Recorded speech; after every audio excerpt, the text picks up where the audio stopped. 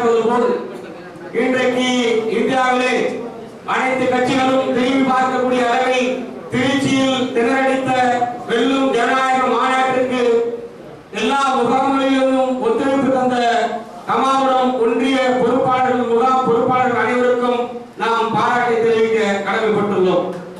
மற்ற மாவட்டம் போல் இல்லாமல் நாம் கிட்டத்தட்ட குண்டறிக்கைகளை அனைத்து முகாம்களுக்கு நேரடியாக போய் வழங்கி அனைத்து முகாம்களிலும் வண்டி வருகிறதா என்று நாம் அந்த ஓட்டுநர் நம்பரோடு பதிவு செய்து கன்ஃபார்ம் செய்துவிட்டு நாம் ஒவ்வொரு டிரைவர் நம்பராக பதிவு செய்து இன்றைக்கு மாநாட்டை நாம் சிறப்பாக வந்து இன்றைக்கு வெல்லும் ஜனநாயக மாநாடு விடுதலை சிறுத்தைகள் வரலாற்று மட்டுமல்ல இந்திய அரசியல் வரலாற்றில் இப்படிப்பட்ட ஒரு மாநாடு இல்லை என்ற அளவுக்கு நம்முடைய தலைவர் எழுச்சி தமிழரையும் விடுதலை சிறுத்தைகள் கட்சியும் இன்றைக்கு ஒரு தேசிய அளவில் ஒரு அங்கீகரிக்க காரணமாக இருந்திருக்கிறது.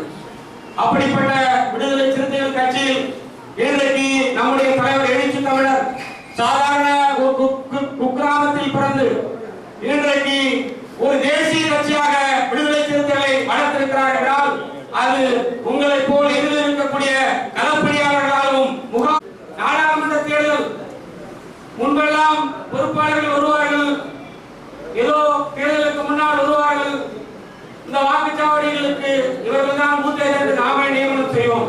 அது இல்லை. அப்படி செய்யாமல் விடுதலை சிறுத்தைகள் வரலாற்றில் வாக்குரிமை போடுவதற்கு எத்தனையோ கிராமங்களில் தலைவர் தனித்து போட்டியிட்ட போது 99 போட்டியிட்ட போது நம்முடைய மக்களை வாக்கு செலுத்த விடாமல் எத்தனையோ சேரிகளில் அடித்து கையாளர்களை வெட்டியிருக்கிறார்கள், மானபங்கம் படித்திருக்கிறார்கள், குடிசைகளை கொடுத்திருக்கிறார்கள். அப்படிப்பட்ட விடுதலை சிறுத்தைகள் வரலாற்றில் இன்றைக்கு வாக்குச்சாவடி முகவர்களுக்கு என்று எல்லா கட்சிகளும் திரும்ப பார்க்கக்கூடிய அளவிலே தலைவர் சென்னையில் மிகப்பெரிய பிரமாண்ட வாக்குச்சாவடி முகவர் மாநாட்டை நடத்தி வரலாறு படைத்திருக்கிறார். அப்படித்தான் இன்றைக்கு நானே மாவட்ட செயலாளர், ஒன்றிய செயலாளர் அமைதியாக இருந்துவிட்டோம் என்றால் இங்க இருக்கக்கூடிய மேலிட பொறுப்பாளர்கள் நம்மை அமைதியாக இருக்க விடுவதில்லை.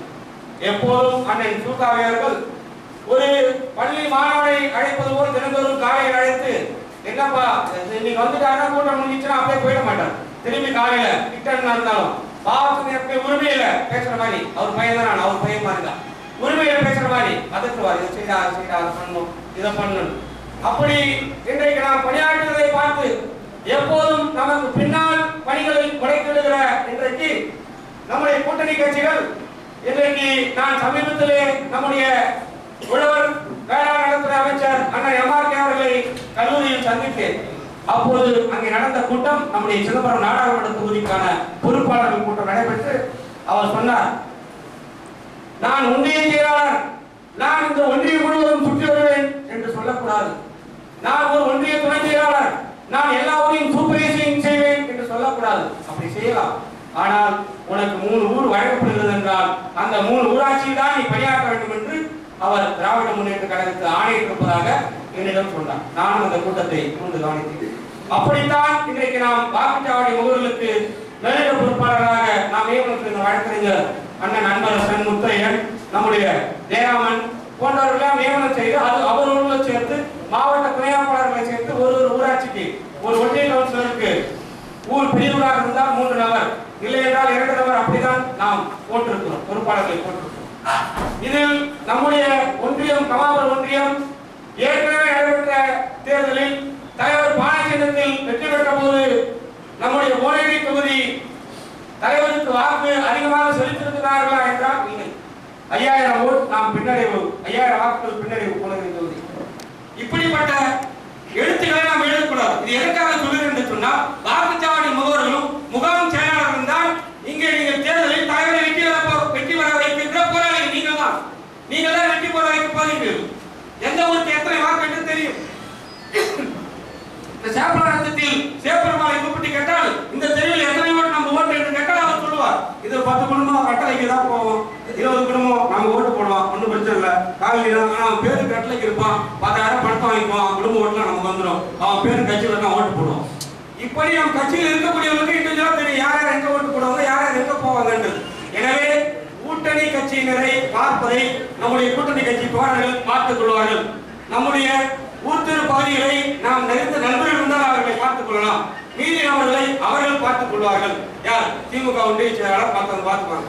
அவங்கள்ட்ட போயிட்டு நீங்க இதை செய்யுங்க அதை செய்யுங்கன்றதுக்கு சொல்றதுக்கு தான் மேலிட பொறுப்பாளராக அண்ணன் கிட்டு, அண்ணன் விடுதலை செடியன், நம்முடைய முதன்மை செயலாளர் அண்ணன் பாவாசு போன்றவர்கள் இருக்கிறார். எனவே நாம் நம்முடைய பகுதியில் வேலையை ஆரம்பிக்க வேண்டும். இன்றைக்கு சாத்தப்பாடி நம்முடைய அந்த ஒன்றியம் தர்மநல்லூர் சாத்தப்பாடியில் சூழல் அடித்தாச்சு. இப்பயே போய் சுண்ணாம்பு வாங்கி சூழலை நிரப்பிட வேண்டும். விசிகே தோற்றுவிக்க வேண்டும். இல்லை என்றால் தேர்தல் அறிவித்த பிறகு, வேட்பாளர் அறிவித்த பிறகு நம்முடைய பங்காளியாக இருப்பான். அவன் இன்னொருத்தன் போய் கேட்கறான், அவனும் பங்காளியா இருப்பான். உடனே 2 இடம் இருக்கு, ஒரு இடத்துல பானை போட்டுக்கு, ஒரு இடத்துல நீ போட்டு சின்னத்தை போட்டுக்கணும். அதனால் முன்னெச்சரிக்கையாக அனைத்து இடங்களிலும் நாம் சுண்ணாம்பு அடிக்க வேண்டும். அதற்கான பணிகளை நாம் ஓரிரு நாட்களில் கூப்பிட்டு என்ன செய்ய வேண்டும்? சுண்ணாம்பு வாங்கி தருகிறோமா அல்லது ஒரு முகாம் செயலருக்கு வாக்காளர் ஒரு பணம் தந்து போகிறோமா என்று நாம் மாவட்ட நிர்வாகம் முடிவு செய்து அதை சொல்கிறோம். அது கவலை. எனவே தோழர்கள் ஊடகங்களில் அவரவர்கள் இஷ்டத்திற்கு பதிவு செய்யக்கூடாது. அதுக்கெல்லாம் கட்சி இருக்கிறது, தலைவர் இருக்கிறார், பொதுச் செயலாளர் இருக்கிறார், அவர்கள் பார்த்துக் கொள்வார், முதன்மை செயலாளர் இருக்கிறார். எனவே இந்த தேர்தல் சனாதனத்திற்கும் ஜனநாயகத்திற்கும் ஏற்பட்டிருக்கிற மிகப்பெரிய ஒரு போர். 7-8 இந்தியாவில் இன்றைக்கு மோடி எதிர்த்து குரல் எழுப்பக்கூடிய, சனாதனத்தை எதிர்த்து குரல் எழுப்பக்கூடிய புரட்சியாளர் அம்பேத்கருக்கு பிறகு தலைவர் எழுச்சி தமிழர் தான் கம்பீரத்தோடு எந்த தலைவரும் எதிர்க்கவில்லை. இங்கே அமர்ந்திருக்கிற அண்ணன் அறிஞர் துறை ரவிக்குமார் அவர்களை கொல்லுவதற்கு அவன் ஒரு கொலைகாரனை பிடித்து பட்டியலை பார்க்கிறார்கள். அவன் பட்டியலில் யார் யாரெல்லாம் கொலை செய்ய வேண்டும் என்று அவன் பட்டியலில் இருக்கிறான். அந்த பட்டியலில் அண்ணன் அறிஞர் ரவிக்குமாரின் பெயர் இருந்தது. என்ன காரணம்? சனாதனத்துக்கு எதிராக செயல்படக்கூடிய எழுத்தாளர் இவர். சனாதனத்துக்கு எதிராக செயல்படக்கூடியவர் இவர். இந்த மக்களை சனாதனத்துக்கு ஜனநாயகத்துக்கு ஆதரவாக அளித்திருக்கிறார் என்று அந்த கொலை பட்டியலில் அவர் பெயர் இருந்தது. அப்படி நம்முடைய தலைவரும் சரி, நம்முடைய பொதுச் செயலாளரும் சரி, நம்முடைய அமர்ந்திருக்கிற முதன்மை செயலாளரும் சரி, நாம் சனாதனத்துக்கு எதிராக இன்றைக்கு பெரிய போராட்டத்தை நடத்தி கொண்டிருக்கிறோம். அவர்கள் பணத்தை மட்டுமே நம்பி வருகிறார்கள். நாம் மக்களை நம்பி, நம்முடைய தலைவரின் முகத்தை நம்பி, நம்முடைய தலைவரின் களப்பணிகளை நம்பி நாம் மக்களுக்கு சொல்கிறோம். எத்தனை பேர் வேண்டுமான வேட்பாளர் வரலாம். ஆனால் ஒவ்வொரு முகாமிலும் உங்களுக்காக ஓட்டு போடலனாலும் நான் இந்த சாமிங்க, என் குடும்ப தலைவருங்க, அவர் கொலசாமிங்க, தலைவருக்காக நான் ஓட்டு போடுவோம் என்று மக்கள் தயாராக இருக்கிறார்கள். ஓடுகின்ற மக்களை ஒவ்வொரு ஊரிலும் போயிட்டு அவங்களை டிஸ்டர்ப் பண்ணாம, அவங்கள்ட்ட அன்பா பேசி வாக்கு கேட்கிறோங்கிற பேர்ல அவங்களை போய் ரொம்ப பிரஷர் பண்ணாம, டென்ஷன் உருவாக்காம நாம் இந்த வேலையை செய்ய வேண்டும். கூடிய விரைவில் நாம் ஏற்கனவே அறிவித்திருக்கிறோம் வாக்குச்சாவடி முகவர்களுக்கு இந்த ஊருக்கு இவர்கள் என்று. திரும்பவும் அந்த பட்டியலை வெளிப்படையாக டைப் செய்து நாம் முகநூல் பக்கத்திலும் நம்முடைய வாக்குச்சாவடி முகநூல் பக்கத்திலும் நாம் அனுப்ப இருக்கிறோம். எனவே நம்முடைய தலைவரின் வெற்றிக்கு நாம் அருள்வாழ வேண்டும். எப்படியெல்லாம் நாம் பணியாற்ற வேண்டும், எப்படியெல்லாம் நாம் வாக்குச்சாவடி முகவர்களை நியமனம் செய்திருக்கிறோம். இன்னொரு டம்மி கேண்டிடேட் போட்டால் யாரை நியமனம் செய்ய வேண்டும் என்கிற வழிகள் எல்லாம் அண்ணன் பாவாசு அவர்களும் வருகின்ற நம்முடைய மேலிட பொறுப்பாளர் அவர்களும் இறுதியாக பேசக்கூடிய நம்முடைய அண்ணன் அறிஞர் துரை ரவிக்குமார் அவர்களும் வழங்கியிருக்கிறார்கள். எனவே தலைவரின் வெற்றி, போன தேர்தலில் தலைவர் வெற்றி பெற்றிருக்கலாம், ஆனால் கமாபுரம் ஒன்றியத்தில் தலைவருக்கு நாம் மிகப்பெரிய அளவில் வாக்குகளை வாங்கி தரவில்லை. இங்கே இருக்கக்கூடியவர்கள் தமிழகத்தில் எத்தனை மாவட்டங்கள் இருக்கலாம், தமிழ்நாட்டில் எத்தனை வாக்காளர்கள் இருக்கலாம், எத்தனை பொறுப்பாளர்கள் இருக்கலாம், ஆனால் அவர்களுக்கெல்லாம் கிடைக்காத பாக்கியம் தலைவரின் வெற்றிக்கு நேரடியாக உழைத்தோம் என்கிற பாக்கியம் இங்கே அமர்ந்திருக்கூடிய ஒவ்வொரு போராளிகளுக்கும் களப்பணியாளர்களுக்கும் தலைவருக்கு நேரடியாக வாக்களிக்கக்கூடியது. நான் மாவட்ட செயலாளர் இருக்கிறேன் என்றால் எனக்கு குறிப்பாடு வந்து அந்த வண்டி இருக்கிறது என்று நான் பெருமிதம் கொள்வதில்லை. தலைவர் தொகுதியில் நாம் பணியாற்றிருக்கிறோம் என்பதிலே பெருமை. எனவே தலைவரை வெல்வதற்கு, தலைவர் 2024 நாடாளுமன்ற உறுப்பினர் ஆவதற்கு, நம்முடைய இந்தியா கூட்டணி வெற்றி பெறுவதற்கு நாம் முழுவீச்சில் செயலாற்ற வேண்டும். அதற்கான வழிமுறைகளை அந்த பொறுப்பாளர்களை கூடிய விரைவில் நான் ஓரிரு நாட்கள் அறிவிப்பேன். ஒரு சில முகாம்களில் 2 பேர் 3 பேர் முகாம் செல்ல கேட்கிறார்கள். குறிப்பாக உறவுக்குப்பத்தில் அந்த 2 பேர் 3 பேர் கேட்பதாக ஒருவர் சொல்கிறார், எனக்கு முகாம் செல்லும் என்று இன்னொரு சொல்லியிருக்கிறார். இவர்கள் போனால் ஒன்றிய சபா போனாலும் அங்கே பிரச்சனையாக இருக்கிறது.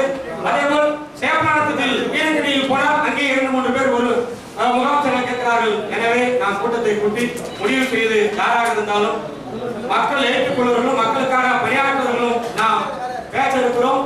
எனவே தலைவரின் வெற்றியே உறுதியானது. தலைவரின் வெற்றியே நமக்கெல்லாம் இன்றைக்கு முகவரி. நம்முடைய தலைவர் எழுச்சி தமிழர் வெற்றி பெற்றால்தான் நாம் இன்னும் விடுதலை சிறுத்தைகள் வரலாற்றை இடம் பெறுவோம் என்று வாய்ப்புக்கு நன்றி கூறி இடம் சேருகிறேன்.